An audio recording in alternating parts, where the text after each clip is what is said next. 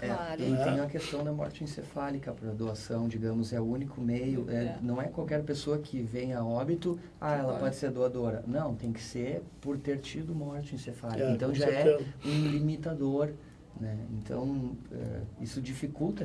E aproveitando gargalo, isso que né? tu falaste aí, né? No caso de transplante de córneas, né? Não é necessário morte encefálica. Sim. E eu acho assim, eu acho inadmissível ter uma lista de córneas, né? Melhorou bastante, por exemplo, tem alguns estados, São Paulo, os caras conseguiu zerar, mas infelizmente o Rio Grande do Sul aumentou bastante, né, mas no Rio Grande do Sul ainda a gente tem número, baixou, né? A gente teve um número baixo de doação de órgãos. E eu queria saber se esse fator pode ter... O que pode ter evidenciado esse fator aqui no Rio Grande do Sul? Porque nós éramos o primeiro estado que mais tinha doação de órgãos. O que isso levou para baixar essa doação de órgãos aqui no estado? É o seguinte, não foi que baixou. É que o Rio Grande do Sul, nós sempre fomos de ponta. Era o melhor estado do Brasil. Foi o primeiro transplante que foi feito na Santa Casa, em Porto Alegre, né? Não, e assim, nós sempre fomos o estado que maior número de transplantes, maior número de doação, mas só que daí nós paramos no tempo. E os outros estados foram se profissionalizando e nos ultrapassaram. O Rio Grande do Sul hoje é o 6º lugar. Isso, se não me engano, é São Paulo e Santa Catarina. Santa Catarina, né, Ceará, São Paulo, Distrito Federal, Rio Grande do Norte, Rio Grande do Sul. E o que aconteceu nos outros estados? Eles profissionalizaram. Não adianta, porque a doação da família é um pedaço. Mas tem o atendimento do paciente, a saúde no nosso estado, como em todos os outros estados, mas a saúde está ruim. Então, assim, se não tem leito para pessoas, entende? É muita gente, é sobrecarregado. Então, tem que melhorar num todo. Mas, nesses 2 últimos anos, quando chegou no caos total do Rio Grande do Sul, foram melhoradas as situações e agora nós aumentamos o número de doação. Só que os outros estados continuam na frente, já estão na nossa frente, eles estão muito melhor que nós. Mas nós estamos indo agora. Assim, a gente está seguindo. Saímos do marasmo. Né? A gente vê pela imprensa, né, saiu recentemente, o Rio Grande do Sul aumentou o número de transplantes. Não, realmente, né, em relação a alguns meses atrás, aí obteve um crescimento, né, se não me engano, de 13 para 14 e pouco, 15.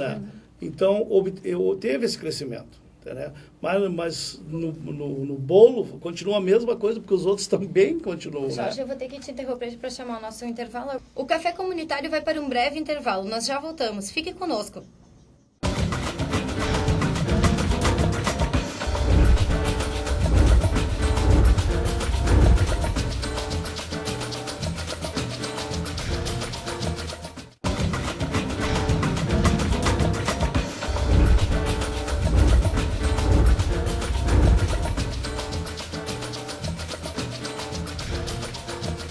Voltamos com o programa Café Comunitário aqui na TV Fevale. Hoje conversamos sobre doações e transplantes de órgãos na região. Para você que está acompanhando nosso programa agora, nós estamos falando sobre a doação e transplante de órgãos.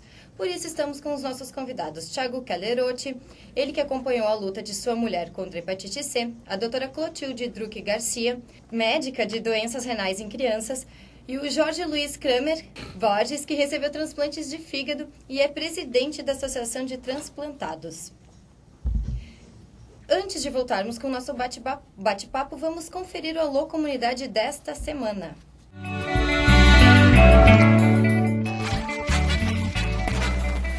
E o Alô Comunidade de hoje veio até aqui o Hospital Regina falar um pouco sobre doação de sangue.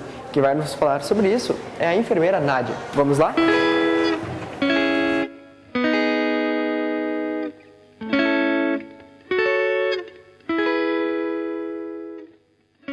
Para falar sobre doação de sangue no Hospital Regina, é impossível não falar do Hemovida. Mas você sabe o que é o Hemovida? O Hemovida é uma empresa privada, né, terceirizada dentro do Hospital Regina.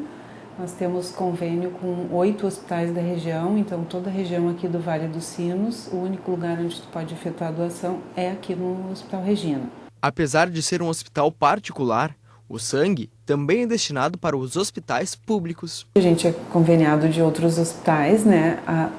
O que está concentrado aqui, né? O que a gente mantém aqui é a estrutura de fazer a doação, o processamento desse sangue, né? A liberação dele. Depois ele é distribuído para esses outros hospitais. A gente tem no Hospital Municipal de Novo Hamburgo, que é um hospital praticamente 90% SUS, o Hospital Centenário de São Leopoldo também, né? O Hospital Lauro Reus de Campo Bom, depois o Hospital de São Sebastião do Caí, o Hospital de Dois Irmãos, o Hospital de Ivoti, o próprio Hospital Regina e o Hospital Unimed.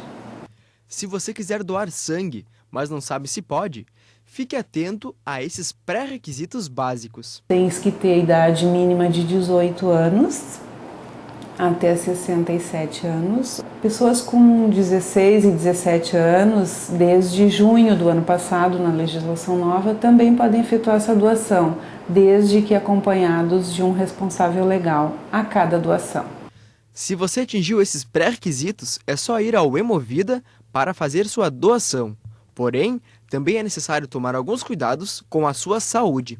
Estar em boas condições de saúde, estar alimentado, ter dormido bem, no mínimo 4, 6 horas, não ter ingerido bebida alcoólica nas últimas 12 horas, não ter efetuado tatuagem nos últimos 12 meses, não ter piercing na região oral, né, na língua, não pode ter piercing.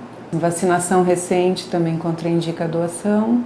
Alguns medicamentos, mas aí você passa por uma entrevista. Nessa entrevista a gente verifica se está apto ou não para doação. Mas basicamente estar em boas condições de saúde, alimentado e bem descansado. O corpo também é um requisito muito importante. Atualmente a gente está com um estoque adequado, né, neste momento. Existem alguns períodos em que o estoque está num nível crítico, porém nós temos uma outra unidade em Santa Cruz do Sul que nos dá essa cobertura, né? O nosso serviço, como eu te disse, ele é terceirizado aqui dentro do hospital. A gente tem essa outra unidade em Santa Cruz, então a gente tem sempre essa cobertura, né? Se eventualmente o estoque aqui está mais baixo, a gente tem como manter adequado em função disso. Ao contrário do que muitos falam, o estoque de sangue da região é adequado. Atualmente a gente fraciona o sangue, separa, né? Tu vem aqui, faz uma doação e a gente separa os hemocomponentes. A gente separa concentrado de hemácias, concentrado de plaquetas e plasma.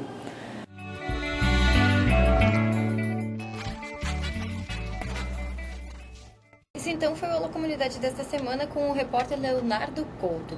Eu quero retomar então para a gente falar sobre a morte encefálica. Quem pode ser doador quando ocorre a morte encefálica? Primeiro que eu queria dizer o que é morte encefálica e por que o doador tem que ter morte encefálica. A morte encefálica, na realidade, é a morte. Então, a gente, em geral, só está morto quem morre morte encefálica. O que acontece quando a morte não é encefálica? É que o coração para antes do cérebro, mas para dizer que uma pessoa está morta, o cérebro tem que estar parado. E por isso que a gente faz a massagem cardíaca, enquanto está massageando, o coração está parado. Se não volta, então para o coração e para o cérebro depois. Mas muitas vezes acontece o contrário. O cérebro para suas funções, mas o coração, por algumas horas, o coração e o pulmão, com a ajuda de aparelhos, continua batendo e esses órgãos têm irrigação e eles têm condições de sobreviver para ajudar os outros, mas a pessoa em si já está morta. Então, isso tem que ser bem claro, que para doar órgãos, tem que o paciente, o doador, tem que ser morte encefálica. Já tecidos, córnea, e eles podem ser já com o coração parado. Né? Então, as pessoas têm que entender que só serão doadores de órgãos aqueles com morte encefálica. E no diagnóstico dos médicos de morte encefálica, que é um diagnóstico que não tem erro, são 3 procedimentos, 2 médicos que fazem o diagnóstico e mais uma comprovação com imagem. A partir daí, a família é comunicada. E somente se a família autorizar. Agora, o nosso amigo estava dizendo que tem no chaveiro que ele é doador. É ótimo que está no teu chaveiro, mas não vai adiantar nada se a tua família negar. Sim. Então, assim, claro que a família, sabendo que o seu ente querido queria ser doador, ela vai, certamente eles vão seguir a vontade daquela pessoa. E como é feita a abordagem com a família dessas pessoas? Olha, a abordagem, eu vou dizer o seguinte, é bem simples até. Quando a gente conversa, nós estamos dando uma oportunidade para aquela família dar uma razão para a morte. Porque a morte não tem sentido. A morte não tem sentido. E a dor não pode ser diminuída. Então, se a pessoa morreu, se ela quer transformar aquele ato de dor, diminuir o sofrimento de outras pessoas, a gente dá esta oportunidade. A abordagem da família é simplesmente dar uma oportunidade para aquela família diminuir a sua dor e dar algum sentido na morte.